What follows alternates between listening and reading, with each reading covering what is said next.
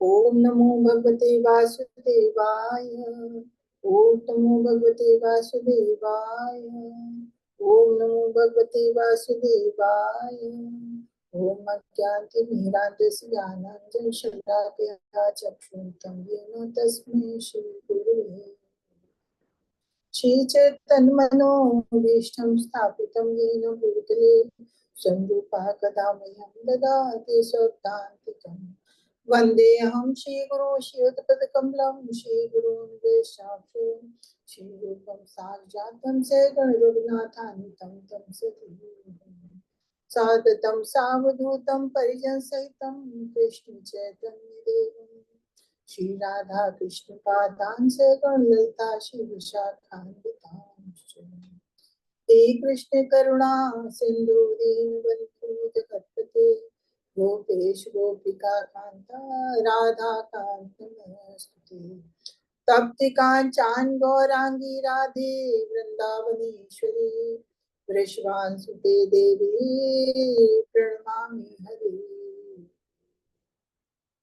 नमः विष्णुपदाय कृष्णपृष्ठाय भूतले श्रीमद्भक्तिवेदान्त स्वामी इति नामिने नमस्ते सरस्वती देवी गौरवाणी प्रचारिणे निर्विशेष शून्यवादी आशातीतशुतारि जय श्री कृष्ण चैतन्य प्रभु नित्यानंदा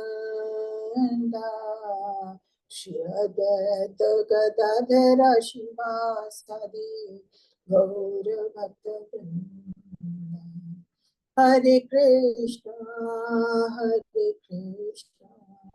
कृष्ण कृष्ण हरे हरे हरे राम राम राम हरे हरे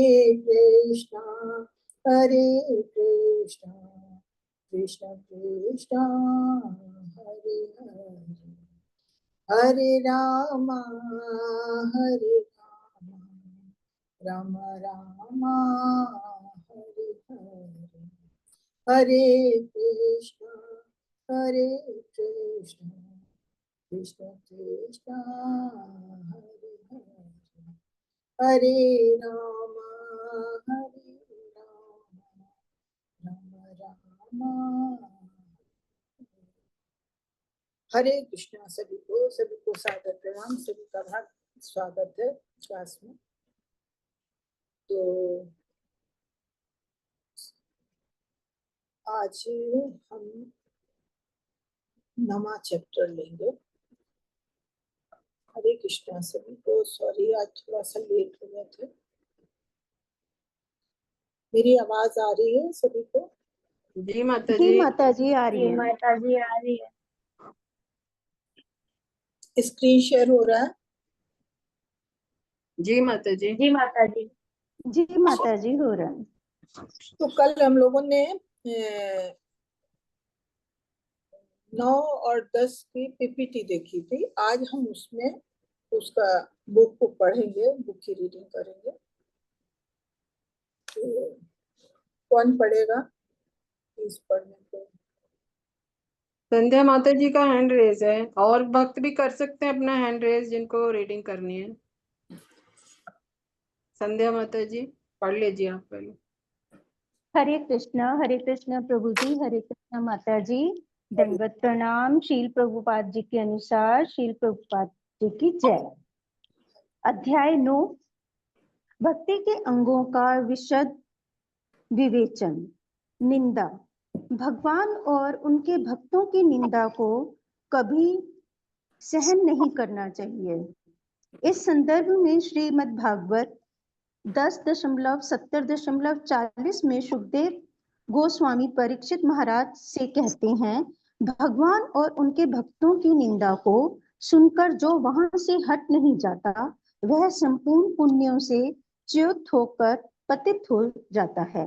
भगवान श्री चैतन्य महाप्रभु ने अपने शिक्षाष्टक में कहा है, भक्त को वृक्ष से अधिक सहिष्णु और मार्ग के तिनके से भी विनम्र होना चाहिए।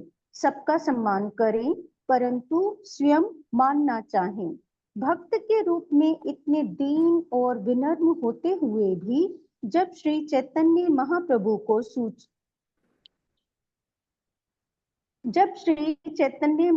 को सूचना मिली कि श्री नित्यानंद के शरीर पर दुष्टों ने आघात किया है, तो वे तत्काल उस स्थान पर दौड़ पड़े और अपराधी जगाई मधाई को मारने के लिए उद्यत हो गए। भगवान चैतन्य महाप्रभु का यह आचरण अतिशय महत्वपूर्ण है। इससे प्रकट होता है कि भक्त निश्चय रूप से सर्वथा निराभिमान, सहिष्णु और विनीत हो सकता है, परंतु जहां भगवान श्री कृष्ण अथवा उनके भक्त के सम्मान पर कोई आंच आए तो वह उसे सहन नहीं करेगा। हरे कृष्ण। हरे कृष्ण। इस प्रकार एक सेकंड माता जी, थोड़ा सा इतना देख लेते हैं। तो हमने कल यही पढ़ा था कि भक्तों के भक्ति के अनेक जो अंग है उन्हीं की विशद व्याख्या। तो उसमें सबसे पहला हमने निंदा ही पढ़ा था कि निंदा यही है कि कभी हमें किसी भक्त की या भगवान की निंदा नहीं सुननी चाहिए। जैसे अगर हम मान लीजिए भक्ति में नहीं भी है तो कोई हमारे माता पिता की, हमारे गुरुजनों की अगर निंदा करता है तो हमको अच्छा नहीं लगता है। तो इसी तरह से जब हम भक्ति लाइन में आते हैं तो वही चीज है, गुरु को बहुत ऊंचा स्थान दिया गया है। चाहे गुरु है, चाहे भगवान के भक्त है, चाहे भगवान है। तो सुखदेव गोस्वामी जी महाराज परीक्षित से कहते हैं कि कुछ भी हो, मनुष्य को अपने लिए तो बहुत ही सहिष्णु होना चाहिए। जो भक्ति में आ जाता है तो उसको अपने लिए मान सम्मान का कोई वो नहीं रहता है कि जैसे भक्त का कार्य ही होता है, ब्राह्मण का कर्तव्य होता है दूसरों को भी भक्ति लाइन में आगे बढ़ाए। तो जो अभक्त होते हैं तो उनको बुरा लगता है तो कभी अपशब्द भी बोल देते हैं। तो कहते हैं अपने लिए उन्हें अभिमान नहीं होना चाहिए। अगर कोई बोल भी देता है तो उसको सहन करने की शक्ति होनी चाहिए, सहिष्णु होना चाहिए, विनीत होना चाहिए, जैसा कि हम लोग शिष्टाष्टकम में पढ़ते हैं। लेकिन अगर भगवान की या भगवान के भक्त की या हमारे गुरु की कोई बुराई करता है, कोई निंदा करता है, तो हमें उसे बिल्कुल भी सहन नहीं करना चाहिए। जब उसके लिए हमको या तो वहां से हट जाए, नहीं तो फिर हम अपने प्राण त्याग दें, और नहीं तो सबसे अच्छा है अगर हम प्राण नहीं त्याग सकते हैं उसको मारे, उसको खत्म करे। उसको नहीं खत्म कर सकते उस पे आघात करे, नहीं कर सकते तो हम अपने पे आघात करें, अपने को खत्म कर दें। और वो भी नहीं कर सकते तो कम से कम इतना तो कर सकते हैं कि वहां से हमें हट जाना चाहिए। तो उसके लिए बताया है कि भगवान चैतन्य महाप्रभु अत्यंत सहिष्णु थे, विनीत भाव के थे। लेकिन उन्होंने जब नित्यानंद प्रभु को प्रचार के लिए भेजा हुआ था, उसमें जगाई मथाई नामक दो लोगों ने, दो अपराधी थे, उन्होंने जो भगवान के भक्त नहीं थे तो उन्होंने उन पे प्रहार किया। तो जैसे ही चैतन्य महाप्रभु को पता चला, जबकि वो इतने शांत, इतने विनय स्वभाव के थे, लेकिन उनसे नहीं रहा गया, तुरंत उन्होंने अपना सुदर्शन चक्र बुलाने के लिए आह्वान कर दिया था। तो इसलिए कहते हैं कि भक्त को कभी अपने गुरु का या भगवान के भक्त का या भगवान का अपमान कभी सहन नहीं करना चाहिए। माता जी आगे पढ़े। हरे कृष्णा। इस प्रकार के अपमान का 3 प्रकार से प्रतिकार किया जा सकता है। यदि कोई वाणी से निंदा करता हो तो भक्त को इतना कुशल होना चाहिए कि प्रतिपक्षी को तर्क द्वारा निरस्त कर दे। यदि ऐसा ना कर सके तो दीन भाव से वहां खड़ा ना रहे, वरन आत्महत्या कर ले। यदि यह भी संभव ना हो तो उस स्थान को ही त्याग कर चला जाए। यदि इन तीनों में से किसी भी आचार का पालन नहीं करता तो वह भक्ति योग से गिर जाता है। हाँ, तो यहाँ यही बताया, निंदा भी अलग अलग तरह की होती है। जैसे कोई किसी को चोट करता है या कोई हमारे गुरु की हमारे भगवान की अवमानना करता है, उसके लिए कुछ गलत शब्द बोलता है, तो उसके लिए बताया कि 3 तरह से करे। या तो उसका प्रतिकार करे कि हाँ हम तर्क देके उससे बात कर सकें, अगर नहीं कर सकते तो हम आत्महत्या कर ले, और अगर नहीं तो वहां से कम वो स्थान त्याग के चल दे। और अगर ऐसा कुछ नहीं करते और हम चाहे गुरु का है, चाहे भगवान का है, चाहे किसी भगवान के भक्त का है अपमान हम सह रहे हैं, तो कहते हैं वो हम भक्ति योग से, भक्ति हमारी भक्ति जो है वो च्युत होती है कि हम अपनी भक्ति से नीचे गिर जाते हैं, हमारी भक्ति का दमन होता है। हरे कृष्ण। माता जी आगे पढ़िए। हरे कृष्ण। तिलक तथा तुलसी कंठी।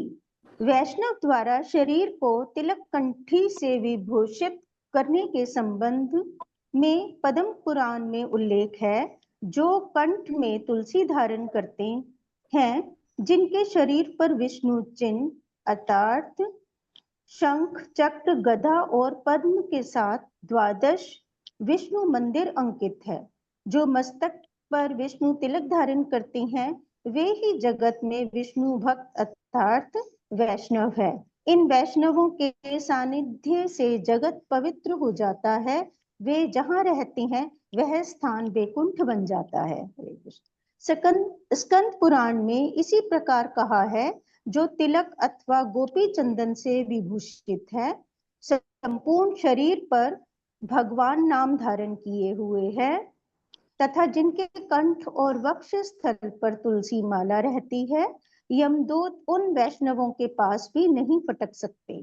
पापियों को दंड का विधान करने वाले यम के दूतों की वैष्णवों पर एक नहीं चलती। श्रीमद् भागवत के अजामिल उद्धार आख्यान में यमराज ने अपने दूतों को वैष्णवों के निकट कभी न जाने का आदेश दिया है।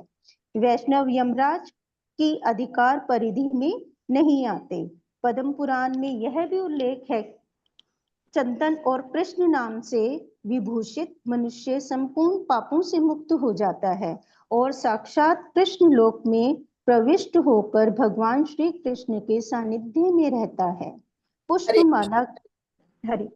तो यहाँ पे तुलसी माला और तिलक का बताया है। हमने कल भी पढ़ा था कि तुलसी माला और तिलक का क्या वो है। हमको जो भी भक्त है, वैष्णव है, तो वो हमेशा तिलक जरूर धारण करेगा और तुलसी माला जरूर धारण करेगा।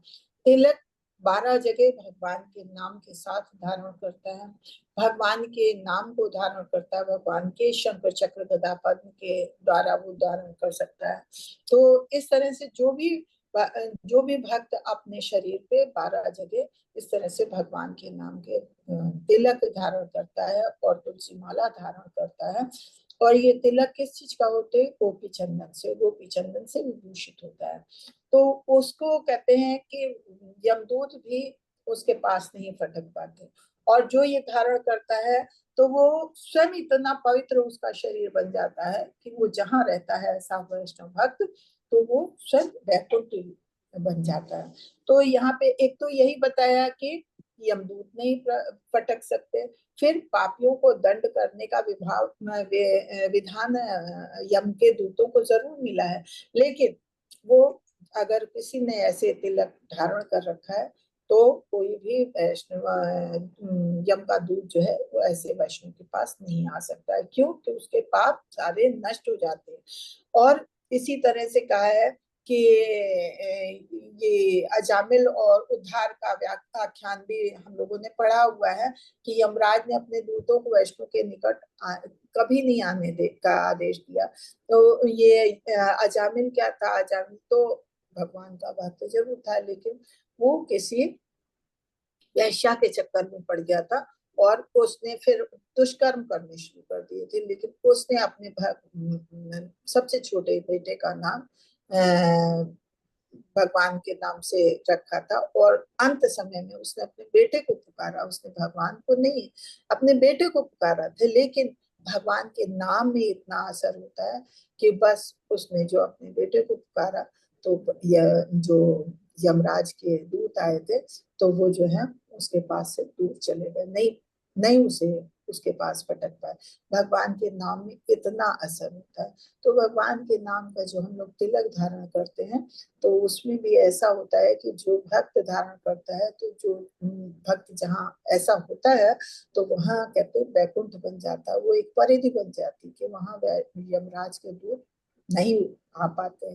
तो इस चीज का महत्व बताया है कि चंदन, जो भगवान के नाम के का चंदन का तिलक है और तुलसी माला है, उसका क्या महत्व है तो बताया। और वो ऐसा भक्त हमेशा भगवान के सानिध्य में होता है, भगवान उससे प्रसन्न होते हैं और अपने लोक में ले जाते हैं। हरे कृष्णा। हरे कृष्ण। पुष्पमाला हरे ग्रहण। कृष्णा तो माता जी। और किसी राधा और को माता जी को पढ़ लेने दीजिए। हाँ, किसी और को भी पढ़ने दीजिए। पढ़िए राधा माता जी। हरे कृष्ण माता जी। श्री हरे श्री प्रभुपाद जी श्री प्रभुपाद जी द्वारा तात्पर्य। पुष्प माला ग्रहण। अगला आदेश श्री श्री मूर्ति। एक मिनट माता जी, जरा हट गया। हम्म। अगला आदेश श्री मूर्ति को अर्पित माला धारण करने से के संबंध में है। इस संदर्भ में श्रीमद् भागवत 11.6.46 में श्री कृष्ण से उद्धव का वाक्य है, हे गोविंद, आपके द्वारा प्रयुक्त माला गंध, वस्त्र और अलंकार को धारण करने वाला तथा आपका उस भोजन करने वाला मैं आपका दास माया को जीत लूंगा, ऐसा विश्वास है। तात्पर्य है कि जो गोपी चंदन अथवा चंदन का तिलक लगाता है और श्री कृष्ण के निर्माल्य माला आदि को धारण करता है, वह माया के वश में कभी नहीं होता। मृत्यु काल में ऐसे पुरुष के लिए यमदूत नहीं आ सकते। जो संपूर्ण वैष्णव आचार का पालन नहीं करता पर कृष्ण प्रसाद खाता है, वह भी शनै शनै पूर्ण वैष्णव बन जाता है। स्कंद पुराण में ब्रह्मा जी नारद से कहते हैं, हे नारद, श्री कृष्ण के विग्रह से उतरी हुई माला जिसके शरीर का स्पर्श करती है, वह सब पापों और रोगों से मुक्त होकर क्रमशः जड़ प्रकृति के बंधन से छूट जाता है। हरे कृष्ण माता जी। एक सेकंड। तो यहाँ पे बता रहे हैं जो भगवान के ऊपर माला चढ़ती है, फूल माला चढ़ती है, उसका बता रहे हैं कि उसकी गंध का, उसके वस्त्र, भगवान के पहने वस्त्र का कितना असर होता है, और या भगवान का खाया हुआ उच्छिष्ट जो होता है, उसका क्या असर होता है। कहते हैं कि भागवतम में भी श्री भगवान से उद्धव यही बात कहते हैं कि आपके द्वारा उपयोग की गई माला और सुगंधित तेल, वस्त्र, गहने से आपने को सजा रखा है, तथा आपके शेष प्रसाद खाकर हम या कोई भी निश्चय ही माया को जीत सकते हैं। तो यही है कि अगर भगवान की पहनी हुई माला है, भगवान का उतारा हुआ वस्त्र है, या भगवान का उच्छिष्ट है, उसको खाने से, उसको ग्रहण करने से कोई भी अगर भक्त नहीं भी है, तो वो भी धीरे धीरे भक्ति में आ जाता है। और स्कंद पुराण में भी ब्रह्मा जी नारद जी से कहते हैं, हे नारद, कृष्ण के विग्रह से उतरी हुई माला जिसके शरीर को स्पर्श करती है, वो सब पापों और रोगों से मुक्त हो जाता है। कि मतलब खाली पहनना भी नहीं है, खाली स्पर्श भी हो जाता है भगवान के उच्छिष्ट का, तो वो भी हर तरह के पापों से और रोगों से मुक्त हो जाता है। तो इस तरह से, और ये जड़ प्रकृति से, जड़ प्रकृति क्या है, ये हमारा जो भव बंधन है उससे मुक्त हो जाता है। तो इतना असर भगवान के उच्छिष्ट में, भगवान की धारण किए हुए वस्त्र और भगवान की माला में है। मतलब भगवान इतने दिव्य हैं, तो उनकी हर चीज इतनी दिव्य है, तो उसका असर हमारे पर बहुत होता है। तो बस ये है, मन में श्रद्धा होनी चाहिए। हरे कृष्णा। आगे पढ़ी माता जी। श्री मूर्ति के सामने नाचना। द्वारका महात्म्य में श्री मूर्ति के सामने नाचने की महिमा को श्री कृष्ण ने इस प्रकार कहा है, जो पुरुष प्रसन्न होकर भक्ति पूर्वक मेरे सामने नाचता हुआ शरीर की भंगियों से विविध भावों को अभिव्यक्त करता है, वह करोड़ों जन्मांतरों से संचित पापों को नष्ट कर देता है। इसी ग्रंथ में नारद का वचन है, करताल और नाना भाव भंगिमाओं के साथ श्री कृष्ण के सामने नृत्य करने वाली के शरीर से सभी पातक रूपी पक्षी उड़ जाते हैं। जैसे ताली बजाने से बहुत से पक्षी उड़ने लगते हैं, वैसे ही श्री कृष्ण मूर्ति के आगे नाचने और ताली बजाने मात्र शरीर में रहने वाले सारे पातक रूपी पक्षी उड़ उड़ाई जा सकती है। हरे कृष्णा। यहाँ भगवान के सामने नृत्य करने का महत्व बताया कि अगर भगवान के सामने कोई नृत्य करता है तो उसका क्या असर होता है। भगवान के सामने नृत्य करने में कभी भी कोई शर्म नहीं करनी चाहिए। कहते हैं कि ऐसे ही अगर कहीं पक्षी हो, अगर कोई ताली बजा देता है तो ताली की आवाज सुन के तो पक्षी उड़ जाते हैं।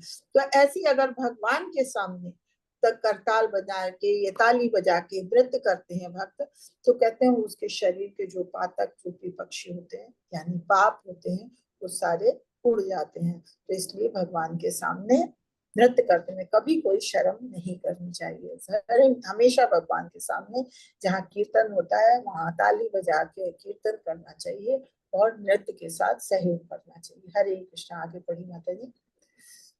श्री मूर्ति के सम्मान में दंडवत प्रणाम और अभ्युत्थान नारदीय पुराण का वाक्य है। श्री कृष्ण को किया एक प्रणाम भी 10 यज्ञों के से बढ़कर है।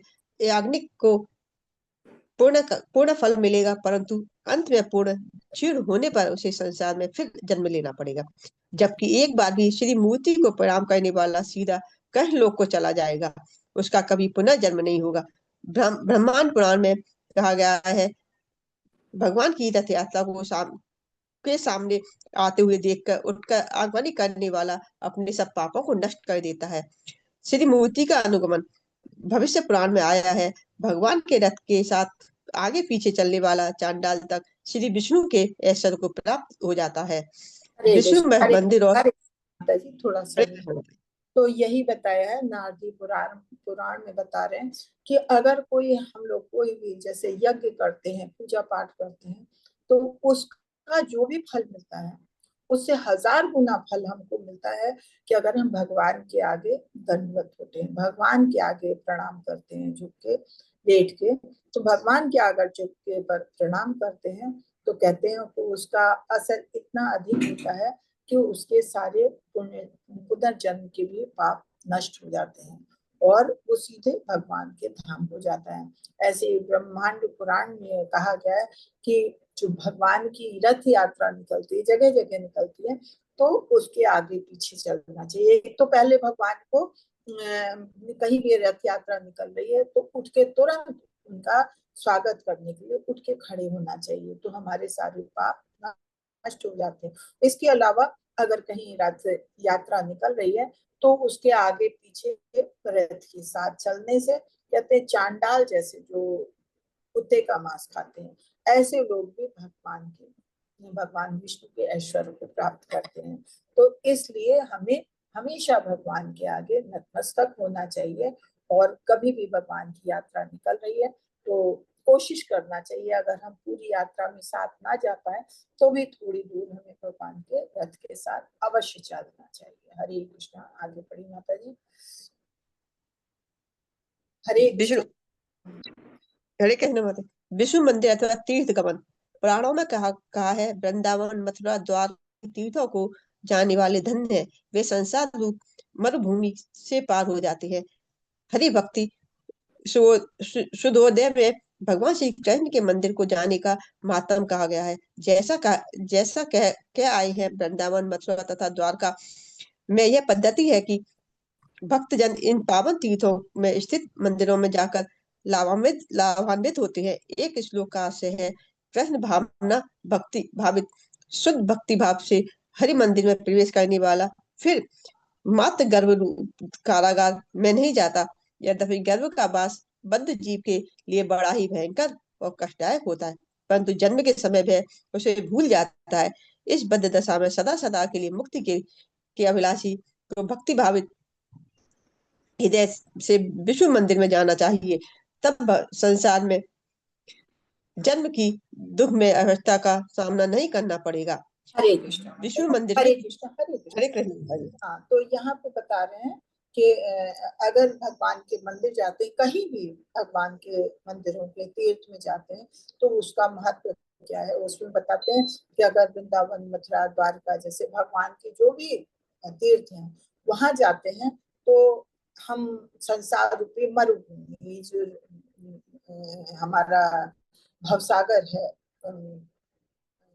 ये हमारा भौतिक जगत है, तो इसको मरुभूमि कहा है, क्योंकि मरुभूमि बहुत ही, मरुभूमि किसको कहते हैं जहाँ रेत पे चलना पड़ता है, तो गर्म रेत पे चलना बहुत मुश्किल होता है। तो मरुभूमि से इसकी बात की गई है कि तुलना की गई है इस भौतिक जगत की। तो भौतिक जगत से वो पार हो जाता है, उसको अगर जो भी तीर्थों के, भगवान के तीर्थों की यात्रा करता है वो इतना धन्य होता है।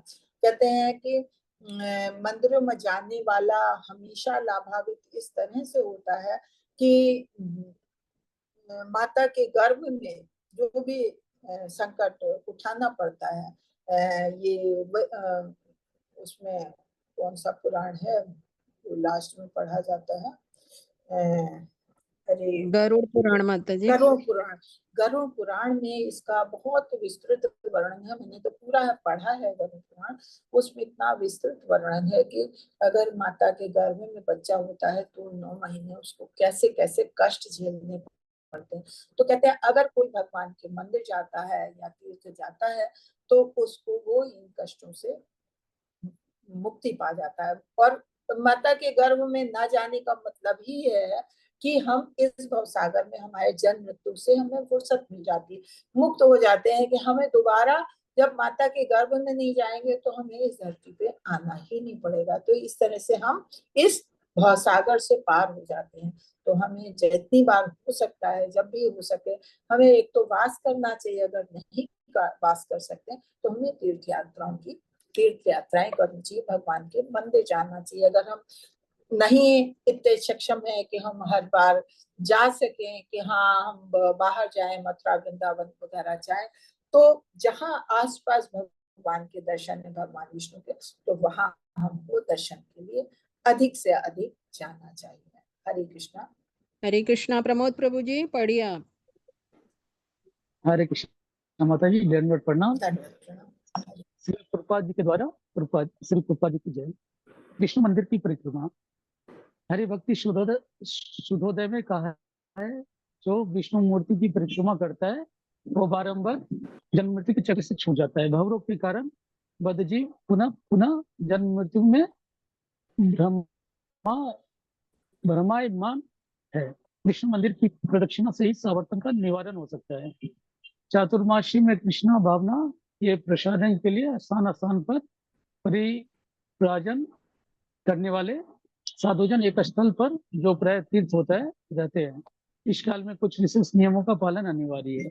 स्कांद पुराण के अनुसार इस समय विष्णु मंदिर की 4 परिक्रमा करने से चराचर संपूर्ण जगत की परिक्रमा हो जाती है। ऐसी परिक्रमा करने वाले ने उन सभी तीर्थों की यात्रा कर ली है जहाँ गंगा प्रवाहित। चातुर्मास के विधान का पालन करने से भक्ति योग की प्राप्ति बहुत शीघ्र हो सकती है। हरे कृष्ण माता, आगे पढ़ना। अभी पढ़ेंगे प्रभु जी। वैसे चतुर्मास की तो बहुत ज्यादा बात होती है। चतुर्मास में अगर चतुर्मास का पालन करते हैं, उसमें अनेकों व्रत होते हैं, उसका पालन करते हैं तो उसके बहुत अच्छे फल मिलते हैं। लेकिन फिर भी कह रहे हैं कि अगर वो नहीं भी हो पाता है तो कहते हैं विष्णु मूर्ति की परिक्रमा, जहाँ हम कहीं मंदिर जाते हैं, मंदिर में 4 मंदिर के परिक्रमा करने का स्थान बना होता है, मार्ग बना होता है, तो वहां कम से कम 3 परिक्रमा हमें अवश्य करनी चाहिए। और कहते हैं कि अगर वहां की परिक्रमा करते हैं तो हमें बड़े बड़े तीर्थों की परिक्रमा का फल मिलता है। और इसके अलावा प्यारे विष्णु मंदिर की 4 परिक्रमा करने से चराचर संपूर्ण जगत की परिक्रमा का फल मिल जाता है। कि अगर हम सब जगह की परिक्रमा नहीं कर पाते हैं, अगर विष्णु मंदिर की 4 परिक्रमा कर लेते हैं तो हमें संपूर्ण जगत की परिक्रमा का फल मिल जाता है।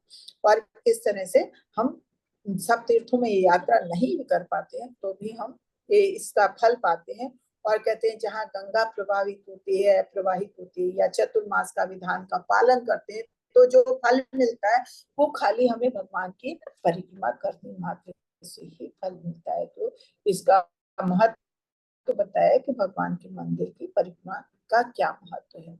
हरे कृष्णा प्रभु जी, आगे बढ़िए। मंदिर में श्रीमूर्ति की आराधना को अर्चना करते हैं। इस पद्धति के द्वारा देह से परे अपने आत्म स्वरूप का बोध हो जाता है। श्रीमद् भागवत 10.81.19 में एक ब्राह्मण के यहाँ जाते हुए श्री कृष्ण के अंतरंग सखा सुदामा ने कहा है, श्री कृष्ण के चरण कमलों कि 1 मिनट माता जी, श्री कृष्ण के चरण कमलों को अर्चना करने मात्र से स्वर्ग मोक्ष लोकों का आधिपत्य, पृथ्वी की सार्वभौम संपदा और योग सिद्धियां सुलभ हो जाती है। सुदामा का इस कथन की पृष्ठभूमि इस प्रकार है। श्री कृष्ण ने सखा सुदामा से किसी ब्राह्मण के घर से अन्न की भिक्षा लाने को कहा था। ब्राह्मण एक महायज्ञ कर रहे थे, अतः श्री कृष्ण ने सुदामा से कहलवाया कि कृष्ण बलराम भूखे हैं, उन्हें कुछ भोजन चाहिए। जब सुदामा वहां गया तो ब्राह्मणों ने तो कुछ नहीं दिया, परंतु यह सुनने पर कि श्री कृष्ण भोजन मांगते हैं, ब्राह्मण पत्नियां तत्काल अनेक निवेद उन्हें अर्पण करने गई। विष्णु रहस्य में उल्लेख है, पृथ्वी पर जो मनुष्य भगवान विष्णु को अर्चना करते हैं वो नित्य आनंद में वैकुंठ धाम को प्राप्त होते हैं। हरे कृष्ण माता। हरे कृष्णा। ये बता रहे हैं कि जो भगवान की अर्चना पूजा करते हैं तो वो भले ही देखने में गरीब लगे, जैसे सुदामा जी का बताया, भगवान के अंतरंग सखा थे सुदामा जी, वो भले ही गरीब लगे लेकिन उनसे बड़ा कोई धनी नहीं होता है, क्योंकि उन्हें उनके पास भगवान की भक्ति होती है। वो उनको भगवान का सारा साथ मिलता है, पृथ्वी का सार्वभौम संविदा योग सिद्धियां सुलभ हो जाती हैं उसके लिए। सुदामा जी जब भगवान के पास गए थे, ये वृत्तांत ये 10.81.19 उस समय की बात बता रहे हैं कि जब सुदामा जी की पत्नी ने सुदामा जी को भगवान के पास भेजा था कि बहुत गरीबी में थी, कि खाने के लिए कभी कभी कई कई दिन हो जाते थे कि बच्चे भूखे रहते थे। इंसान खुद तो भूखा रह लेता है, लेकिन अगर बच्चे भूखे रहते हैं और नहीं खाना मिलता है तो माता बहुत परेशान होती। तब उन्होंने सुदामा जी को कहा था अपने सखा के पास जाइए, लेकिन सुदामा जी भगवान की अर्चना पूजा करते थे, भगवान की भक्ति करते थे। वहां भी गए तो उन्होंने वहां भी उनसे कुछ मांगा नहीं। तो उस समय का वृत्तांत है, स्वर्गा पर पुंसा रसायाम भू संपदाम सर्वा समापि सिद्धीनाम मूलम तच्चर अर्चनम। मनुष्य स्वर्ग मोक्ष रसातल तथा इस पृथ्वी पर जितनी भी सिद्धियां हैं वो प्राप्त कर सकता है। कैसे? खाली भगवान की भक्ति, भगवान की अर्चना कर से। उसका आधारभूत कारण उसके चरण कमलों की भक्तिमय सेवा है। और तो और जब ये उनकी भगवान ने खूब सेवा की, उनके पैर धोए, सब कुछ किया, और जैसे यहाँ बता रहे हैं कि उनको उनकी ब्राह्मण पत्नियां उन्हें नैवेद्य अर्पण करने आई, तो कह रहे हैं कि वैसे जब ये जा रहे थे सुदामा जी अपने घर को वापस, तो उन्हें ये तो एहसास हुआ कि मतलब भिक्षा उन्होंने न मांगने का संकल्प किया था, तो भिक्षा नहीं मांगी थी। तो जब वो जा रहे थे वापस, क्योंकि वो भगवान के भक्त थे, तो उस समय भी मन में क्या विचार, मन में यही शायद ने हमको इतना धन देखने के बाद भी हमें कुछ भी नहीं दिया, कि मतलब धनी नहीं बनाया, हमको वैसे ही वापस कर दिया। इसलिए शायद इसलिए कि अगर ये हमारा निर्धन मित्र धनवान बन जाएगा तो शायद धन के मद में हमको भूल जाएगा। तो ऐसी भावना भगवान के भक्त में होती है कि वो ये तब भी उसे उनके दिमाग में नहीं आया, भगवान के प्रति उनके मन में गलत भाव नहीं आए कि देखो हम आए इतनी दूर से, हमारी इतनी दयनीय दशा थी, तब भी भगवान ने कुछ नहीं दिया। तो कह रहे हैं कि ब्राह्मण एक सुदामा ने से किसी ब्राह्मण के घर से अन्न की भिक्षा लाने को कहा। सुदामा के इस कथन की प्रश्न में श्री कृष्ण ने सखा सुदामा से किसी ब्राह्मण से घर से अन्न की भिक्षा लाने को कहा, तो ब्राह्मण एक महायज्ञ करता था। श्री कृष्ण ने सुदामा से कहलवाया कि कृष्ण बलराम भूखे हैं, उन्हें भोजन दे दीजिए। जब सुदामा वहां गया तो ब्राह्मण ने कुछ नहीं दिया, किंतु ये सुनते ही श्री कृष्ण भोजन मांगते हैं और ब्राह्मण पत्नियां तत्काल। तो विष्णु पुराण में भी इसका उल्लेख है, पृथ्वी पर जो मनुष्य भगवान विष्णु की अर्चना करते वे नित्य आनंद में वैकुंठ धाम को जाते। हाँ, इसका भी 10वें स्कंध में है इसका वर्णन भी, कि भगवान ने अपने सखा लोगों को जब ये जाते थे गोचारण के लिए, तो उन्होंने कहा कि जाओ किसी के घर से, ब्राह्मण के घर से भिक्षा ले आओ। तो वो लोग गए कि भगवान कृष्ण हमारे जो है वो भूखे हैं, कुछ भोजन दे दो, तो ब्राह्मणों ने मना कर दिया। लेकिन जैसे ही पता चलता है कि कृष्ण बलराम भूखे हैं, तो ब्राह्मण तो नहीं, उनकी पत्नियां जो है तरह तरह के नैवेद्य लेके उनको अर्पण करने आ जाती हैं। तो कहते हैं कि भगवान की जो अर्चना पूजा करता है तो उसको तो वैकुंठ धाम प्राप्त होता है। तो इसलिए भगवान की अर्चना पूजा करनी चाहिए नित्य प्रति। हरे कृष्णा। प्रभु जी आगे पढ़ेंगे। हरे भगवान की परिचर्या, पढ़िए। भगवान की परिचर्या सेवा विष्णु रहस्य में उल्लेख है, जैसे उल्लेख है, सेवक जैसे राजा की सेवा करते हैं, वैसे ही जो जो भगवत सेवा की व्यवस्था करता है वो निश्चित रूप से देह त्याग कर कृष्ण लोक को जाता है। आज भी बहुत से मंदिर में वास्तव में राजा राजप्रसाद जैसे है, वे साधारण भवन नहीं है, क्योंकि कृष्ण का अर्चन उसी प्रकार होना चाहिए जैसे अपने महल में राजा सेवित होता है। वृंदावन के हजारों मंदिरों में श्री मूर्ति की राजोचित परिचर्या की व्यवस्था है। नारदी पुराण में कथन है, जो कोई क्षण भर के लिए भी भगवान के मंदिर में रहे वह भी परम पद पा जाता है। निष्कर्ष स्वरूप कहा जा सकता है कि समाज के घनाढ़ सदस्यों को सुंदर मंदिरों का निर्माण करके विष्णु के अर्चन की व्यवस्था करनी चाहिए, जिससे लोग वहां आकृष्ट हो और इस प्रकार उन्हें शिव मूर्ति के सामने नाचने तथा भगवान नाम के श्रवण कीर्तन का अवसर मिले। इससे सभी भगवत धाम में प्रवेश कर सकेंगे। पूर्णतः कृष्ण भावना भावित होकर निरंतर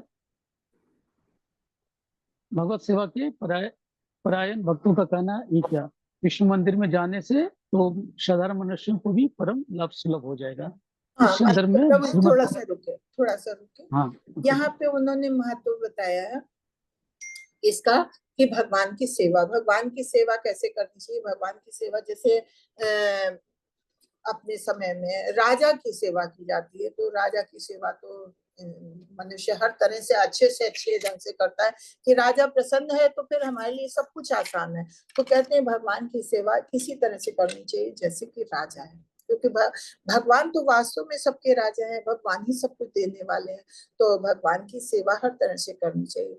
और कोई धनी व्यक्ति है, अगर उसके पास धन है, तो कह रहे हैं कि उसको चाहिए कि सुंदर मंदिर का निर्माण करवाए। सुंदर मंदिर का निर्माण क्यों करवाए कि ताकि जो लोग साधारण लोग हैं, वो लोग नहीं जा पाते हैं, तो वो मंदिर में जाके भगवान के आगे नृत्य कर सके, भगवान के आगे पूजा पाठ कर सके, भगवान की सेवा कर सके, भगवान के आगे कीर्तन कर सके। तो ये चीज बताई है कि ये इसका फल बहुत अच्छा होता है कि जो भी इस तरह की सेवा भगवान की करता है, तो कहते हैं उसको हर तरह का परम लाभ सुख मिलता है। तो विष्णु मंदिर में जाके एक तो धनाढ़ लोगों को चाहिए कि विष्णु मंदिर बनवाए, उनकी व्यवस्था करें ऐसी कि जनरल लोग भी जाके वहाँ पूजा अर्चना कर सके, वहाँ श्रवण कीर्तन कर सके, और जो लोग जहाँ जाके करते हैं उनको भी वैसे ही लाभ प्राप्त होता है। हरे कृष्ण। प्रभु जी आगे पढ़े।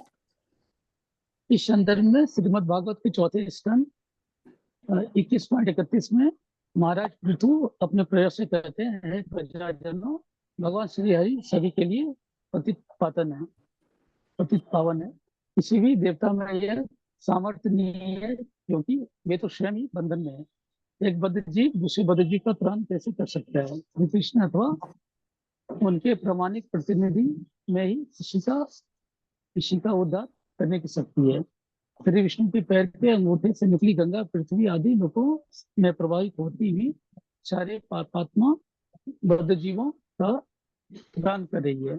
फिर निरंतर भगवत सेवा परायण करने वाले के संबंध में क्या कहना है? जन्म जन्मांतरों के संचित पापों के होते हुए भी उनकी मुक्ति निश्चित है। भाव यह है कि जो श्री मूर्ति की अर्चना करता है उसके करोड़ों जन्मों के संचित पाप नष्ट हो जाते हैं। अर्चन पद्धति का विवरण दिया जा चुका है। साधक को इन विधि विधानों का गंभीरता से पालन करना चाहिए। हरे कृष्ण। हरे कृष्ण। हरे कृष्ण। तो यहाँ पे बता रहे हैं, पृथु महाराज जी कह रहे हैं 4.21.31 में, कहते पूर्ण पुरुषोत्तम भगवान के चरण कमलों की सेवा करने मात्र से, अभिरुच होने से संतप्त मनुष्य अपने मन में असंख्य जन्मों से संचित मल को यानी संचित पापों को शीघ्र ही धो डालता है। जिस तरह भगवान के चरण कमलों के अंगूठों से निकलने वाली गंगा जल सब मलों को धो देती है, उसी प्रकार भगवान की अर्चना पूजा, भगवान की सेवा करने से मन तुरंत ही स्वच्छ हो जाता और धीरे धीरे आध्यात्मिक उन्नति की तरफ या कृष्ण चेतना का विकास होता है। तो ये कह रहे हैं कि जो लोग भगवान की इस तरह की सेवा करते हैं तो वो पतित पावन, भगवान तो हर किसी के लिए पतित पावन है, वो पतितों का उद्धार करने वाले। कह रहे हैं ये सामर्थ्य किसी भी देवता में नहीं है कि जो भगवान किसी को इस भौतिक जगत के बंधन से मुक्त कर सके। क्यों? क्योंकि वो स्वयं जीव है, देवता सारे स्वयं जीव हैं, तो वो खुद ही बंधे हुए हैं इस बंधन में। तो वो दूसरे को कहते हैं, अगर कोई एक बंधा हुआ जीव है, उसके हाथ पैर बंधे हैं, तो दूसरे हुए बंधे हुए बंधन के जीव को वो कैसे मुक्त कर सकता? नहीं कर सकता ना, क्योंकि वो तो स्वयं बंधा हुआ है। तो कहते हैं देवता सारे जो हैं वो स्वयं जीव हैं, वो खुद स्वयं बद्ध जीव हैं, वो खुद बंधे हुए हैं, तो वो दूसरे को कैसे छुड़ा सकते हैं?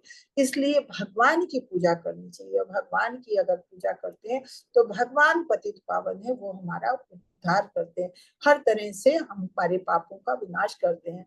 तो किस तरह से? कहते हैं कि जैसे विष्णु जी के पैरों के अंगूठे से गंगा निकली है, गंगा प्रभावित होती है, तो वो सारे पापों को, सारे बद्ध जीवों के पापों को का हरण कर लेती है। तो ऐसी भगवत सेवा जो भी करता है तो वो जन्मांतरों से संचित पापों से मुक्ति पाता है। तो इस तरह से पृथु महाराज भगवान की अर्चना कर रहे हैं चौथे स्कंद में। तो इसलिए कह रहे हैं कि विधिवान को बहुत ही गंभीरता से लेना चाहिए। जो भगवान की पूजा अर्चना का है विधि विधान, उनको बहुत गंभीरता से लेना चाहिए, पूरे मन भाव से भगवान की अर्चना पूजा करनी चाहिए। हरे कृष्ण प्रभु जी। कोई और? राजेश प्रभु जी पढ़ेंगे आप? आपका हैंड रेस था, अभी डाउन हो गया है। हरे कृष्णा माता जी, दंडवत प्रणाम। धन्यवाद प्रणाम। श्री प्रभुपाद की जय। गान। लिंग पुराण में भगवत कीर्ति के गान के संबंध में कहा है, भगवान की कीर्ति को निरंतर गाने वाला ब्राह्मण श्री कृष्ण के लोक को प्राप्त हो जाता है। भगवान श्री कृष्ण को यह गान शिव की स्तुति से भी अधिक प्रिय है। संकीर्तन। भगवान के नाम, गुण, लीला आदि का उच्च स्वर से कथन करना कीर्तन, संकीर्तन कहलाता है। जन समूह के भगवान नाम के कीर्तन को भी संकीर्तन कहते हैं। विष्णु धर्म में नाम संकीर्तन की महिमा इस प्रकार है। हे राजन, यह कृष्ण नाम इतना पावन है कि जिसकी जीवा पर आ जाता है वह तत्काल करोड़ों जन्मों के पापों से मुक्त हो जाता है। यह वास्तव में सत्य है। चैतन्य चरितामृत का वाक्य है, जो एक बार भी कृष्ण नाम का उच्चारण कर लेता है वह उतने पापों का नाश कर देता है जितने पाप वह कर भी नहीं सकता। पापी बहुत पाप करता है, परंतु वह इतना पाप नहीं कर सकता जिसे एक बार कृष्ण नाम पुकारने से नष्ट न किया जा सके। श्रीमद् भागवतम 7.9.18 में प्रहलाद महाराज भगवान की स्तुति करते हैं। हे नरसिंह देव, यदि मैं आपके चरण कमलों का दास बन जाऊं तो आपकी लीला सुधा का श्रवण कर सकूंगा। हे नाथ, आप परम सुहृदय एवं परम आराध्य हैं। आपकी दिव्य लीला को सुनने मात्र से संपूर्ण पाप दूर हो जाते हैं। इसलिए मुझे उन पाप कर्मों का भय नहीं है, क्योंकि आपके कथामृत का श्रवण पुटों से पान करता हुआ मैं शीघ्र ही भवसागर के संपूर्ण दुर्गुणों से तर जाऊंगा। श्री भगवान की लीलाओं से संबंधित अनेक गीत हैं, जैसे ब्रह्मा की ब्रह्म संगीता, नारद द्वारा गाया गया नारद पंचरात्र और सुखदेव गोस्वामी द्वारा गाई श्रीमद् भागवतम। यदि कोई इन गीतों को सुने तो सहज ही भव बंधन से छूट जाए। भगवान के गीतों का श्रवण बड़ा सरल है, ये करोड़ों वर्षों से प्रचलित है और आज तक लोग इनसे लाभ उठा रहे हैं। अतः आप क्यों न इनका पूरा लाभ उठाकर संसार जंजाल से मुक्त हो जाए। हरे कृष्ण माता जी। आगे अभी थोड़ा बाद में पढ़ेंगे। तो यहाँ भगवान के संकीर्तन का नाम महत्व बताया है। कह रहे हैं कि भगवान के नाम का, भगवान के गुणों का, लीला का उच्च स्वर में हमेशा श्रवण करना चाहिए और कथन करना चाहिए। और ये संकीर्तन कहलाता है कि या तो भगवान के नाम का अगर जोर शोर से जन समूह के साथ जब भगवान नाम लिया जाता है तो वो कीर्तन कहलाता है।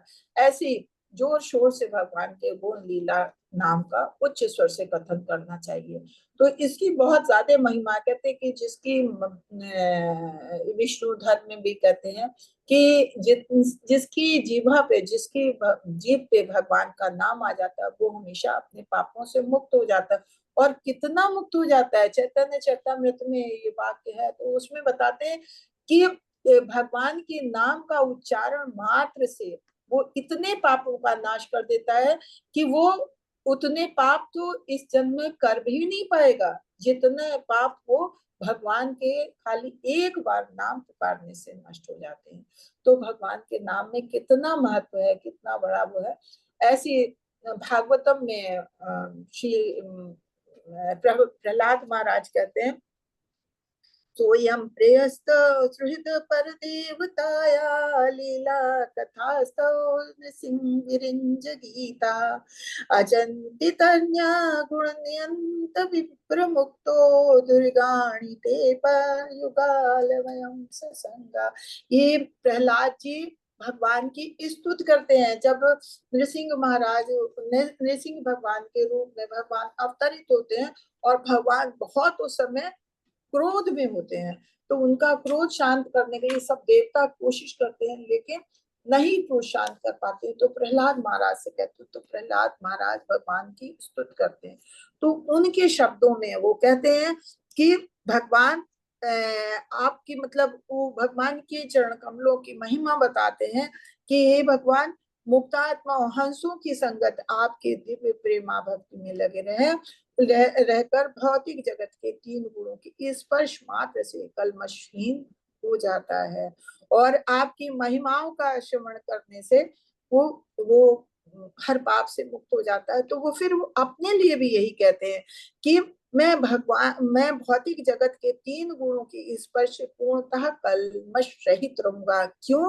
क्योंकि मैं नित्य प्रति आपकी महिमाओं का कीर्तन करता हूँ जो मुझे अत्यंत प्रिय है। मैं ब्रह्मा जी तथा उनकी गुरु शिष्य परंपरा के पद चिन्हों पर ठीक से चलकर आपकी महिमाओं का कीर्तन करूंगा। इस प्रकार मैं अज्ञान के सागर से निश्चय ही पार हो जाऊंगा। तो भगवान उनसे वर मांगने को कहते हैं, लेकिन नहीं, वो वर नहीं मांगते। वो कहते हैं नहीं, बस आपके नाम में इतना असर है कि मैं अब उसका कीर्तन करूंगा और मैं इस भव सागर से पार हो जाऊंगा। तो ये भगवान के नाम की महिमा है। और यहाँ पे आगे बता रहे हैं कि भगवान की लीलाओं से संबंधित गीत, जैसे ब्रह्मा जी की ये ब्रह्म संहिता में ब्रह्मा जी ने भगवान की बहुत स्तुतियां की हैं। पूरा ब्रह्म संहिता उसी से भरा हुआ है। ऐसी नारद पंचरात्र है, ये या सुखदेव गोस्वामी ने श्रीमद् भागवत गाई है। तो इन सब को ये आज से नहीं, ये कह रहे हैं कि युगों युगों से, करोड़ों वर्षों से ये सब चीजें प्रचलित है कि अगर भगवान के गीतों का श्रवण या कीर्तन करते हैं तो हर तरह के भव बंधन से छूट जाते हैं। तो कह रहे हैं जब इतना आसान है कि हमको ये सारी चीजें उपलब्ध हैं तो क्यों ना इन सब का गायन किया जाए और इस संसार से, भवसागर के जंजाल से मुक्त हो जाया जाए। जरूर करना चाहिए। तो इसका कीर्तन और पाठ श्रवण हम सबको अवश्य करना चाहिए। हरे कृष्णा। गुण कीर्तन आगे बढ़िए। कौन पढ़ेगा? हरे कृष्णा। हाँ, पढ़िए। गुण कीर्तन श्री प्रभुपाद की जय। श्रीमद् भागवत 1.5.20 में नारद मुनि अपने शिष्य व्यासदेव से कहते हैं, हे व्यास जी, तप त्याग वेदाध्ययन यज्ञानुष्ठान, वैदिक मंत्र उच्चारण, ज्ञान और दान आदि पुण्य कर्मों का एकमात्र परम फल यही है कि भक्तों के संग में भगवान की कीर्ति का गान किया जाए। यहाँ संकेत है कि भगवान का पूर्ण संकीर्तन जीव की आत्यंतिकी क्रिया है। जब अच्छा, ये इसी में है गुण कीर्तन।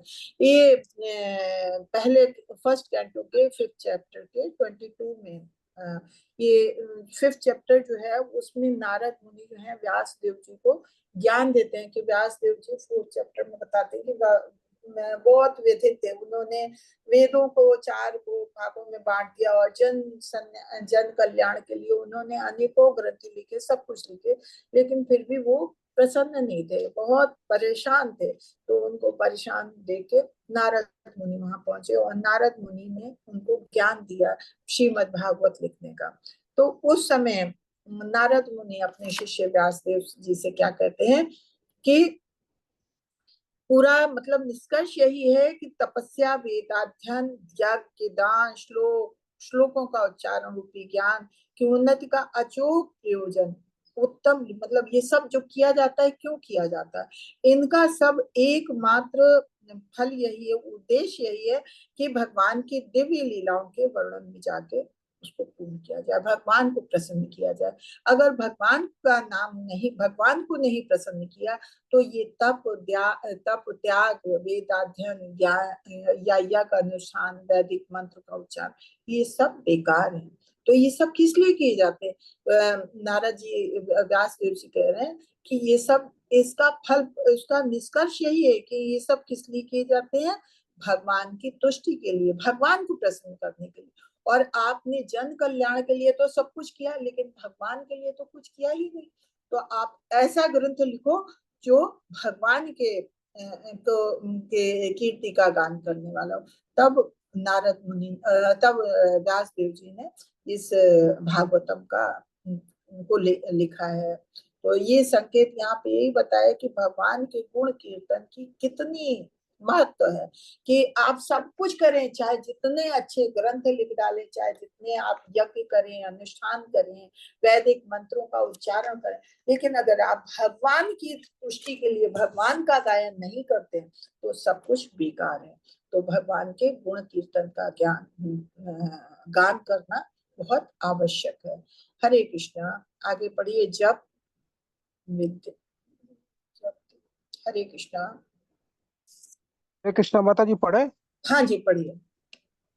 जप मंत्र का धीरे धीरे मंद स्वर से उच्चारण करना जप कहलाता है। उसी मंत्र की उच्च ध्वनि करना कीर्तन है।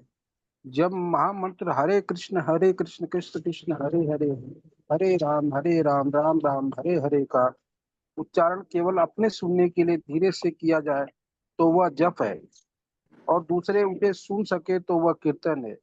महामंत्र का जप कीर्तन दोनों किए जा सकते हैं। जप से केवल अपने को लाभ होता है, परंतु कीर्तन को सुनने वाला अन्य सबका कल्याण हो जाता है। पद्म पुराण का वाक्य है, कृष्ण नाम का जप कीर्तन करने वाले के लिए स्वर्ग, सुख और मोक्ष का मार्ग तत्काल प्रशस्त हो जाता है। हाँ, ये भगवान के नाम का जो हम लोग जप करते हैं, हरे कृष्ण हरे कृष्ण कृष्ण कृष्ण हरे हरे, हरे राम राम राम हरे हरे। तो जब हम धीरे से बोलते हैं, खाली जप करते हैं, तो वो खाली हमें अपने को लाभ देता है। लेकिन इसी का अगर हम उच्च स्वर में उच्चारण करते हैं कि और लोग भी सुने तो उनको भी लाभ मिलता है, तो वो कीर्तन कहलाता है। या लोगों के बीच में, कई लोगों के बीच में इसका उच्चारण किया जाए कि एक बार एक बोलता है, उसको देख सुन के फिर अन्य लोग बोलते हैं, वो कीर्तन कहलाता। तो उससे वो अन्यों को भी लाभ मिलता। कहते चैतन्य महाप्रभु जब जा रहे थे जंगलों के रास्ते से और कीर्तन करते हुए जा रहे थे, तो वो जोर जोर से कीर्तन कर रहे थे, तो उनके कीर्तन को सुन के बाघ जैसे जानवर भी, बड़े बड़े जो जानवर थे वहां के, हिरण, बाघ वगैरह, वो सब आपसी जो झगड़े की वृत्ति थी उनकी, उसको भूल गए और भगवान के साथ कीर्तन पे नृत्य करने लगे। तो इतना लाभ है कि मतलब अगर मनुष्य तो मनुष्य, पेड़ पौधे जो अचल है वो भी इससे प्रभावित होते हैं। तो भगवान के नाम का कीर्तन अगर हम अपने लिए कर रहे हैं तब तो ठीक है, जब कर रहे हैं, लेकिन कीर्तन भी हमें जोर शोर से करना चाहिए कि इस वातावरण में आसपास जो भी जीव है, चाहे चर चाहे अचर, सबको इसका लाभ प्राप्त होता है। कहते हैं कि पद्म पुराण में बताते हैं कि कृष्ण नाम का जप कीर्तन करने वाले के लिए स्वर्ग सुख और मोक्ष का मार्ग हमेशा प्रशस्त हो जाता है। तो भगवान के नाम का, ये तो हमने पहले भी पढ़ा कि भगवान के नाम में कितना असर है, कि खाली एक बार भगवान का नाम मात्र ले लेने से हमारे जन जन के पाप नष्ट हो जाते हैं। जितने हम पाप कर नहीं सकते उतने पाप तो भगवान एक बार में नाम लेने से नष्ट कर देते हैं। तो फिर अगर हम निरंतर जप करते हैं, कीर्तन करते हैं, तो हम अपना भी और दूसरों का भी लाभ करते हैं। हरे कृष्णा। आगे पढ़िए प्रभु जी। हरे कृष्णा, जी, पढ़िए। हरे कृष्ण माता जी। हरे कृष्णा, हाँ पढ़िए। विज्ञप्ति निवेदन। स्कंद पुराण में भगवान चरणों में विज्ञप्ति के संबंध में एक वाक्य है जिसमें उल्लेख है कि धीर भक्त श्री कृष्ण के प्रति 3 प्रकार से विज्ञप्ति निवेदन कर सकते हैं। पहला, सन प्रार्थनात्मिका, बड़ी भाव में प्रार्थना। दैन्य बोधिका, दीनता ज्ञापन तथा लाल समयी, संसिद्धि की अभिलाषा।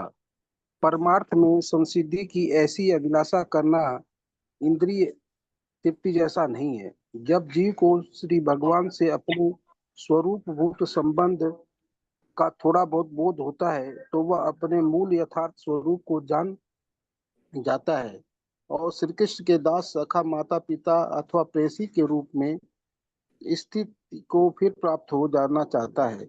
इसी का नाम लाल समयी है। विज्ञप्त की लाल समयी अवस्था पूर्ण मुक्ति अर्थात स्वरूप सिद्धि होने पर प्राप्त होती है, जब पूर्ण अखिल विद्या और तत्व ज्ञान के द्वारा भगवान से अपने आप संबंध को जाता है। अरे पुराण प्रभु खुद एक सेकंड थोड़ा सा इसको देख लेते हैं कि यहाँ पे बता रहे हैं कि अगर भगवान के चरण कमलों की हम सेवा करते हैं तो कहते हैं कि उसमें भी ऐसा उल्लेख है इस पुराण में कि भगवान की भक्ति जो करते हैं, भगवान की पूजा अर्चना करते हैं, वो भी उसका भी उसमें भी 3 प्रकार से निवेदन करते हैं भगवान से। पहले करते हैं संप्रार्थनात्मिका की, बड़ी हम मतलब जो अनन्य भक्त हैं वो खाली भाव में भक्ति से भगवान की प्रार्थना करते हैं। दूसरा है दीन भावना से, जैसे हम सब हैं, हम तो बहुत दीन हैं, हम बहुत पापी हैं, तो हम दीन भावना से भगवान की पूजा अर्चना करते हैं, भगवान से प्रार्थना करते हैं। और तीसरा है लालसामयी। लालसामयी क्या है? लालसामयी का मतलब ये नहीं है कि कोई लोभ लालच है या ये कहे कि इसको इंद्रिय तृप्ति की लालसा है, नहीं। लालसा मई ये है कि जब भगवान के प्रति इतनी भक्ति बढ़ जाती है कि भगवान से वो अपने संबंध के रूप में, कि चाहे सखा रूप में, चाहे दास रूप में, चाहे माता पिता के रूप में या प्रेसी के रूप में या किसी रूप में अपना संबंध बना लेना चाहता है। जब बहुत ज्यादा किसी से कोई मित्र ही होता है, देखिए आप लोग है जन सामान्य में कि अगर किसी से बहुत दोस्ती हो जाती है तो फिर लगता है कि हम क्यों ना इसको अपने रिश्तेदारी में बदल लें, कि अगर हमारे बच्चे बड़े हैं तो आपस में बच्चों के विवाह करके हम अपने संबंध को प्रगाढ़ कर ले। तो ऐसी जब भगवान के प्रति बहुत ज्यादा भक्ति बढ़ जाती है तो लगता है कि भगवान के साथ हम अपना संबंध स्थापित कर लें, तो किसी रूप में अपना संबंध बनाने की लालसा करता है। तो वो लालसामयी है कि भगवान से अपना एक संबंध बनाने वाली, तो उसमें जो भगवान से प्रार्थना करता है उसको कहते हैं लालसामयी या संसिद्धि की अभिलाषा। तो ये कोई ऐसा नहीं, इंद्रिय तृप्ति के लिए नहीं कि भगवान हमें ऐसा दे दे, नहीं, किसी चीज की और लालसा नहीं। लालसा यही कि भगवान के साथ अपना एक संबंध बना लेना चाहता है। तो जो भी अगर ऐसा करता है तो कहते हैं पूर्ण मुक्ति के रूप में पहुंचता है, भगवान की सिद्धि पाता है और मुक्ति का द्वार उसका खुलता है। इस तरह से उसे जब ये तभी होता है जब भगवान के प्रति उसको इतनी भक्ति आ जाती है कि आत्म विद्या तत्व ज्ञान का ज्ञान हो जाता है और भगवान के साथ अपने संबंध को जान जाता है कि बाकी सारी सांसारिक जो संबंध है सब बेकार के हैं, भगवान का संबंध हमारा शाश्वत है, तब ऐसी भक्ति आती है। हरे कृष्णा। प्रभु ये आगे से कंटिन्यू करें। हरे कृष्णा। माता जी हैंड रेज है संध्या देसाई माता जी नहीं, का। इसको जो पूरा पढ़ रहे हैं तो इसको पूरा कर लेंगे, तो फिर आप ठीक है प्रभु जी, पढ़िए पढ़िए प्रभु जी। हरे कृष्णा माता जी। पद्म पुराण में भक्ति तम प्रार्थनात्मिका विज्ञप्ति है। हे नाथ, आपके चरण कमलों में निवेदन है कि युवतियों का मन युवकों में और युवकों का मन युवतियों में जिस प्रकार रमा करता है, उसी बात मेरा मन भी सहज रूप में आप में रमण करे। दृष्टांत समीचीन है। युवक युवतियों में एक दूसरे को देखने पर परिचय के बिना सहज आकर्षण हो जाता है। यह सीखना नहीं पड़ता। काम विकार के कारण अपने आप स्फुरित हो जाता है। यह एक लौकिक उदाहरण है। भक्त का उद्गार है कि उसका भगवान में ऐसा ही राग हो जाए जो सर्वथा हेतु रहित और अनंत हो। भगवान के लिए इस प्रकार की रागानुगा आसक्ति स्वरूप साक्षात्कार की परम संसिद्धि है। हाँ, ये जैसे कहते हैं कि कोई लड़का लड़की को देखते हैं, एक दूसरे से दोस्ती करते हैं, और सब में तो नहीं होता है, सबके साथ तो नहीं, लेकिन किसी विशेष के साथ इतना संबंध बन जाता है कि वो आपस में प्रेम कर बैठते हैं और शादी करने के लिए तैयार हो जाते हैं, एक दूसरे के प्रति इतना आकर्षण बढ़ जाता है। तो यही चीज है कि भगवान की भक्ति करते करते करते करते भगवान के प्रति इतना उद्गार हो जाता है, मन में इतना राग पैदा हो जाता है कि भगवान से अपना संबंध जोड़ने के लिए, तो ये जो रागानुगा आसक्ति कहलाती है, स्वरूप साक्षात्कार की परम सिद्धि है कि जब भगवान की से भक्ति की परम सिद्धि होती है। हरे कृष्णा। अब आप किसी और को दे सकते हैं। हरे कृष्णा। एक सेकेंड, अभी तो काफी है, थोड़ा सा ये वाला चैप्टर खत्म करते हैं, आगे फिर अगला चैप्टर चाहे कल पढ़ लेंगे। हरे हरे कृष्ण। कृष्णा। आरती माता जी आप पढ़ेंगे? आरती माता जी, अनम्यूट का ऑप्शन है माता जी आपके पास।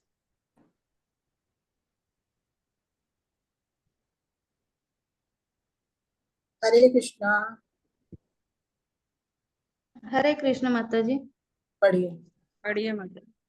श्री परिपाद की जय। श्री परिपाद के द्वारा पद पुराण में दैव्य बौद्धिक विज्ञप्ति का भी विवरण है। मेरे समान न तो कोई पापी है और न कोई अपराधी ही है। क्या कहूँ, आपके सामने आत्मनिवेदन करने के लिए आने में भी लज्जा आती है। यह भक्त की स्वाभाविक स्थिति है। यह कोई आश्चर्य नहीं कि बद्ध जीव का कुछ संचित पाप हो। उसे भगवान से अपनी दीनता ज्ञापित करनी चाहिए। ऐसा करते ही भगवान सच्चे भक्त को क्षमा कर देते हैं। परंतु इसका अर्थ यह नहीं कि भगवान की अहेतुकी करुणा की आड़ में पाप करता जाए और यह आशा करे कि प्रभु क्षमा कर देंगे।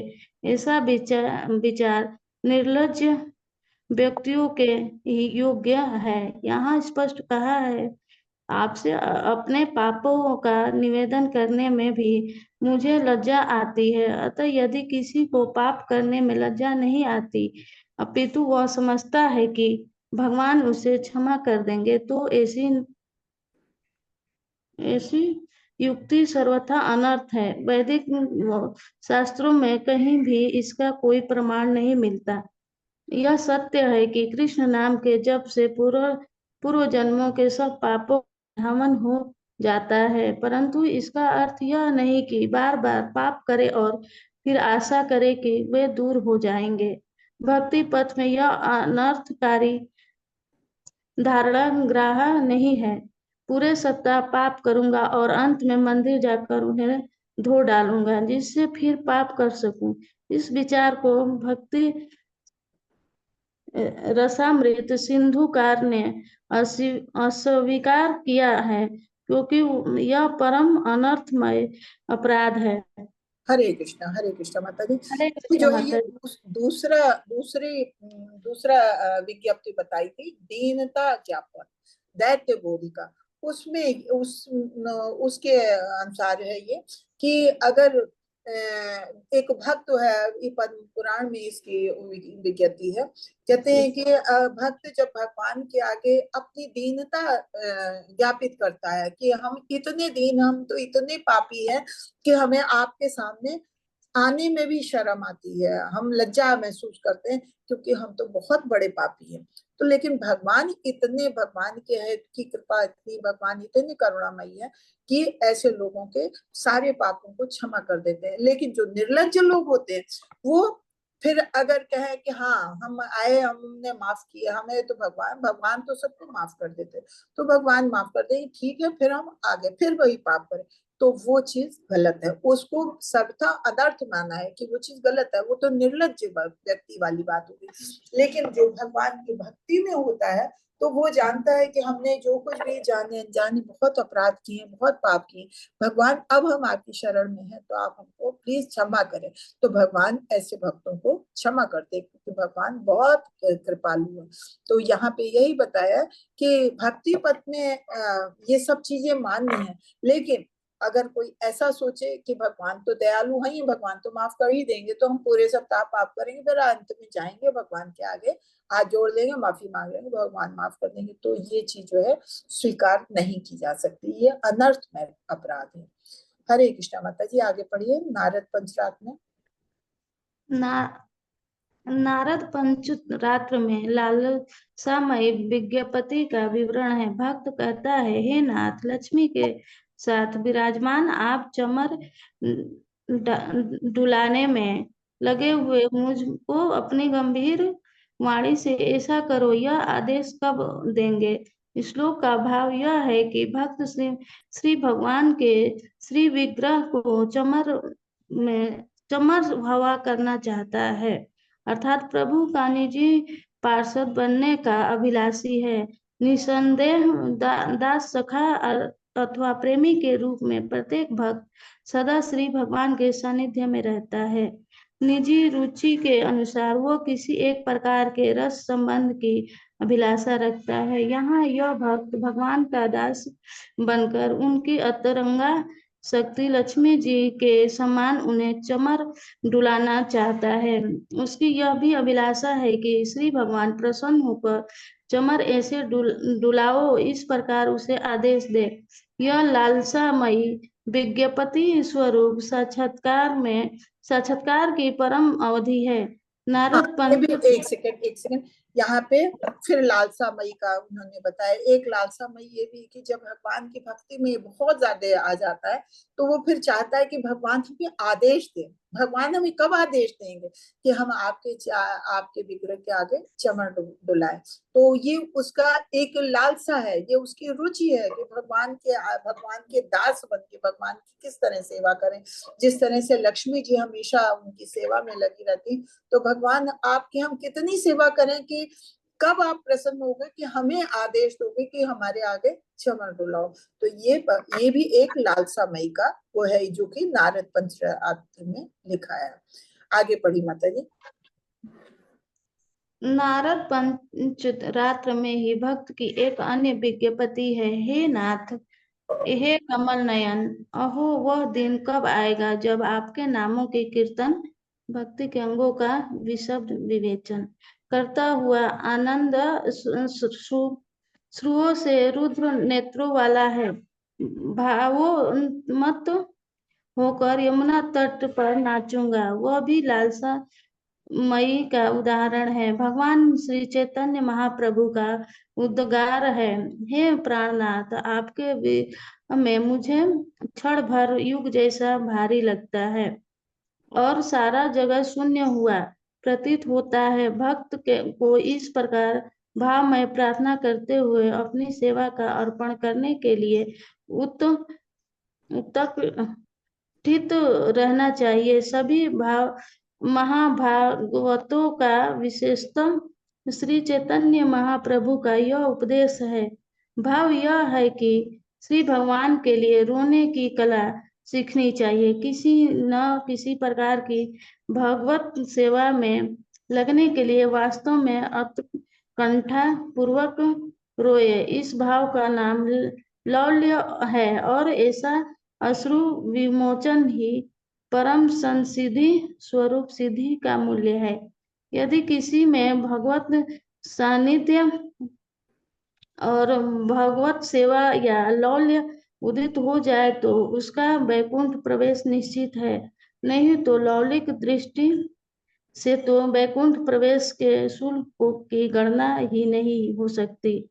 इसका एकमात्र मूल्य है लौल्य और लालसामयी। हरे कृष्णा।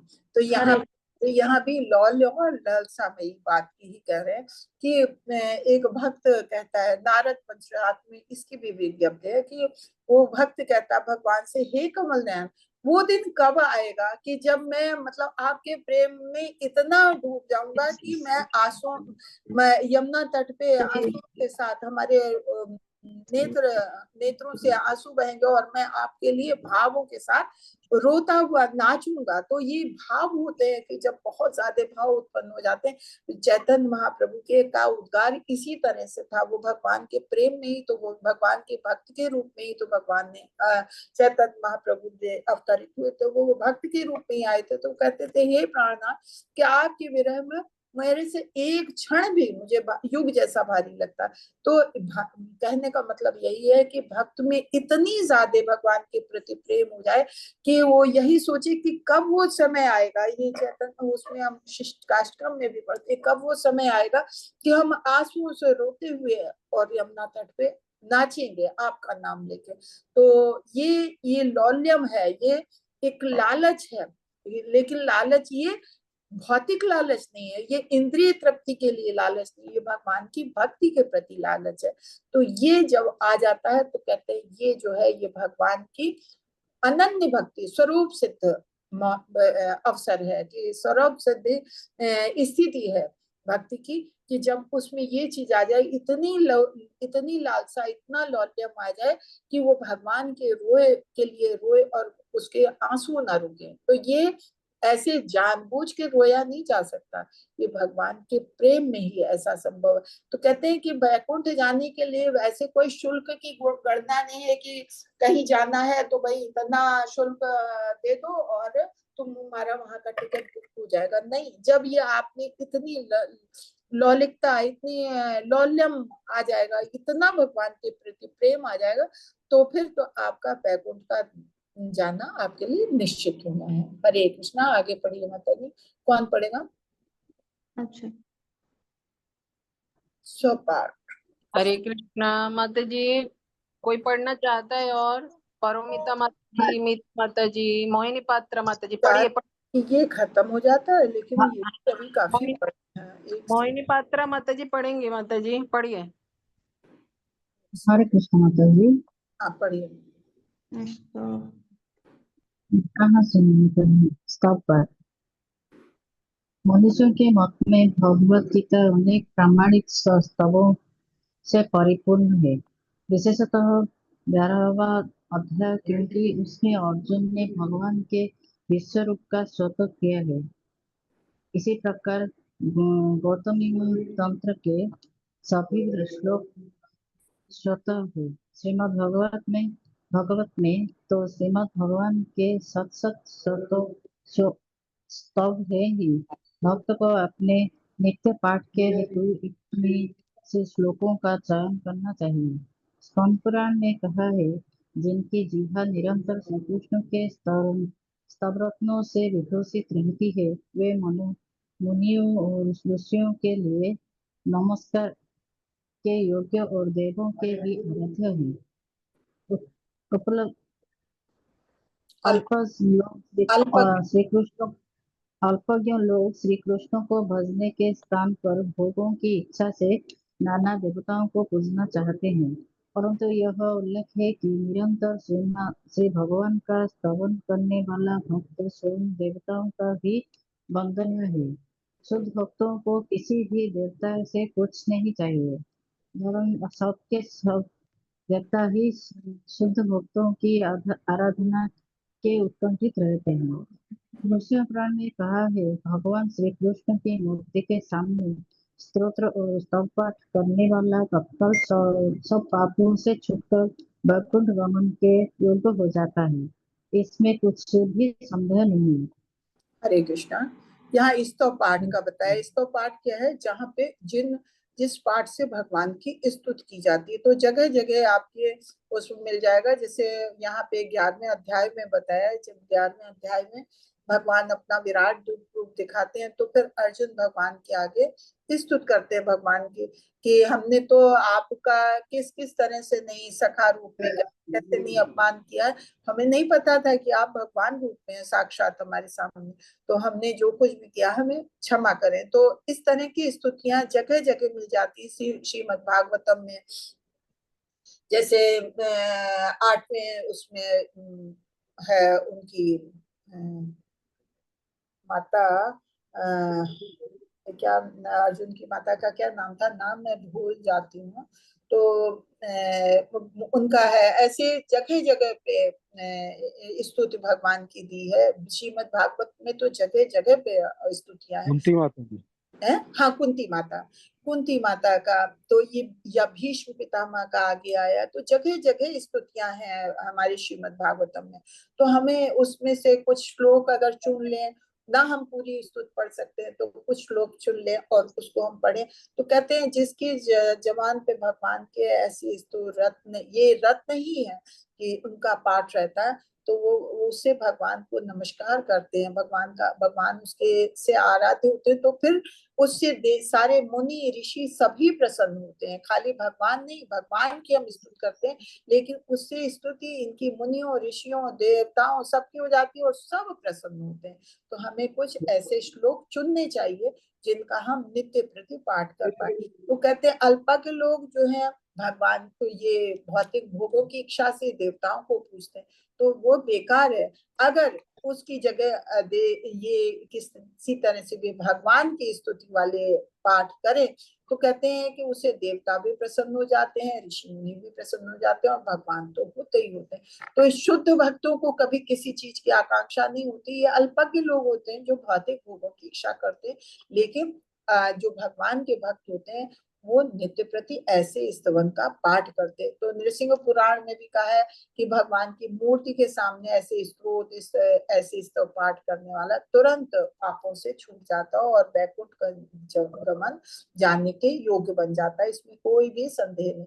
तो हमें ये भागवतम में जगह जगह स्तुतियां की गई हैं, तो कहीं से भी कुछ भी हम श्लोक ले लें, दो चार, तो उसमें से हम भगवान की स्तुति को नित्य प्रति, जैसे लोग फिल्मी गाने गाते हैं, तो अगर हम रोज रोज गाएंगे तो हमारी जबान पे वो बैठ जाएंगे, और उससे हम भगवान को सबको प्रसन्न कर सकते हैं। कि जो अन्य देवताओं के लिए भी स्तुति करने की कोई जरूरत नहीं, बस उसी से देवता भी प्रसन्न हो जाते हैं। हरे कृष्णा, आगे पढ़िए।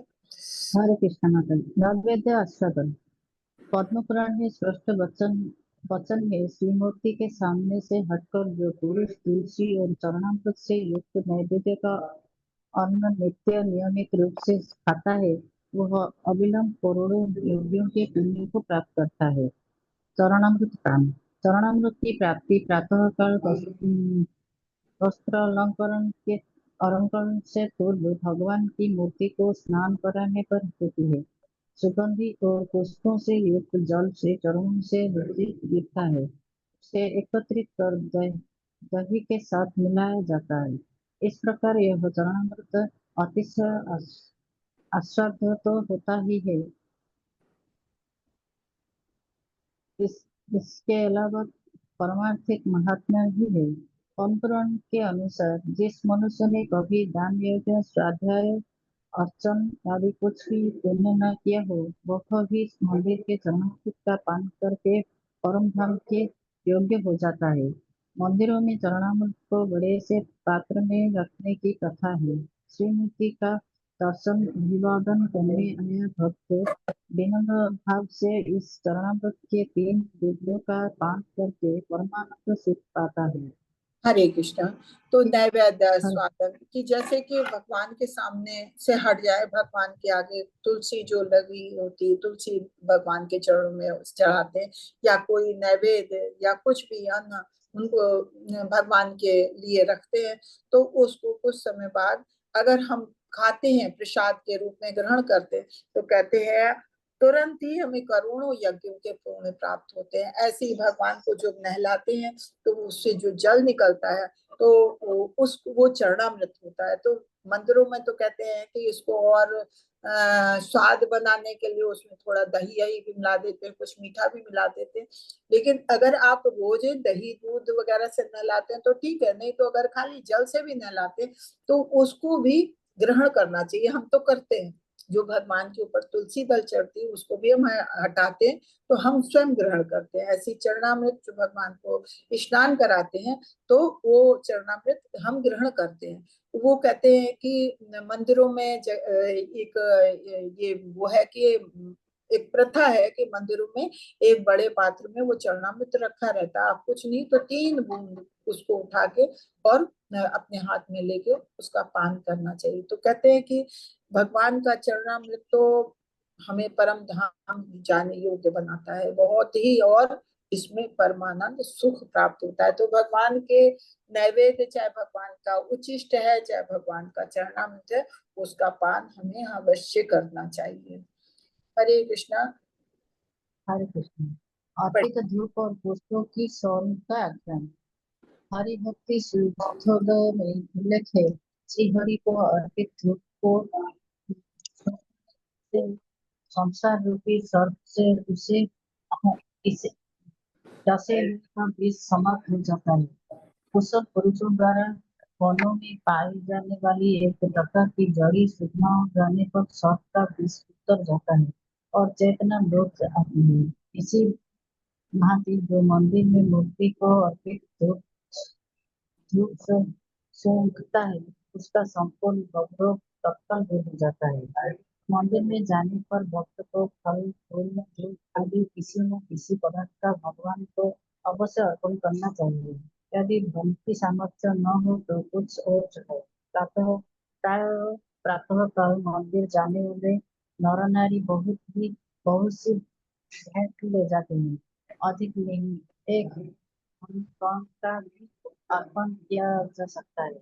यह विधि है कि साउथ अथवा मंदिर व्यक्ति के दर्शनों के लिए किसी भेंट की अनुमति चाहिए। अर्पण अति तुच्छ हो चाहे अमूल्य हो, फल फूल जल आदि जो कुछ भी थोड़ा सा मिल सके अवश्य अर्पण करना चाहिए। जब कोई भक्त प्रातः मंदिर में भेंट चढ़ाने जाएगा तो वह धूप का आघ्राण भी करेगा और परिणाम में अवरोध के बीच से मुक्ति पा जाएगा। हरे कृष्णा। यहाँ पे कह रहे हैं कि भगवान के ऊपर जो धूप चढ़ाई जाती है उसको सूंघने से, जैसे कहते हैं कि कोई सर्पदंश लेता तो उसके लिए वनों में कोई जड़ी बूटी होती है उसको सुंघा देते हैं तो वो ठीक हो जाता है। तो ऐसी शक्ति कहते हैं भगवान के ऊपर जो धूप चढ़ाई जाती है तो उसकी सुगंध सूंघने से भगवान सर्प के डसे हुए विष को भी समाप्त किया जा सकता है। तो और मंदिर में कभी भी जाएं तो कहते हैं कि एक वो है कि हमको खाली हाथ नहीं जाना चाहिए। कुछ भी जितना भी हमारी सामर्थ्य है, कोई जरूरी नहीं कि हम 1 किलो मिठाई लेके जाएं, नहीं, जितनी हमारी सामर्थ्य है हम थोड़ा सा आनंद ले जाएं या फल फूल दूध कुछ भी ले जाएं, लेके जाना चाहिए। और जब हम जाते हैं तो वहां पे भगवान के आगे जो धूप जलती है, भगवान पे फूल चढ़ते हैं, उसकी सुगंध होती है, वो सुगंध हम आग्रहण करें, मतलब ग्रहण करें, तो उससे हम अपने हर तरह के रोगों से, मतलब पाप में रोगों से के विष से हर तरह से हम मुक्त हो सकते हैं। तो हमें ऐसा करना चाहिए। हरे कृष्णा। टाइम बहुत हो गया, आप चाहें तो आज यही समाप्त विश्राम लेते हैं। कल क्योंकि हमें दूसरा भी चैप्टर खत्म करना है तो कल ले लेंगे यहीं पे 75 पृष्ठ से। तो अगर आप लोगों की आज्ञा हो तो, क्योंकि भी काफी है आज समाप्त।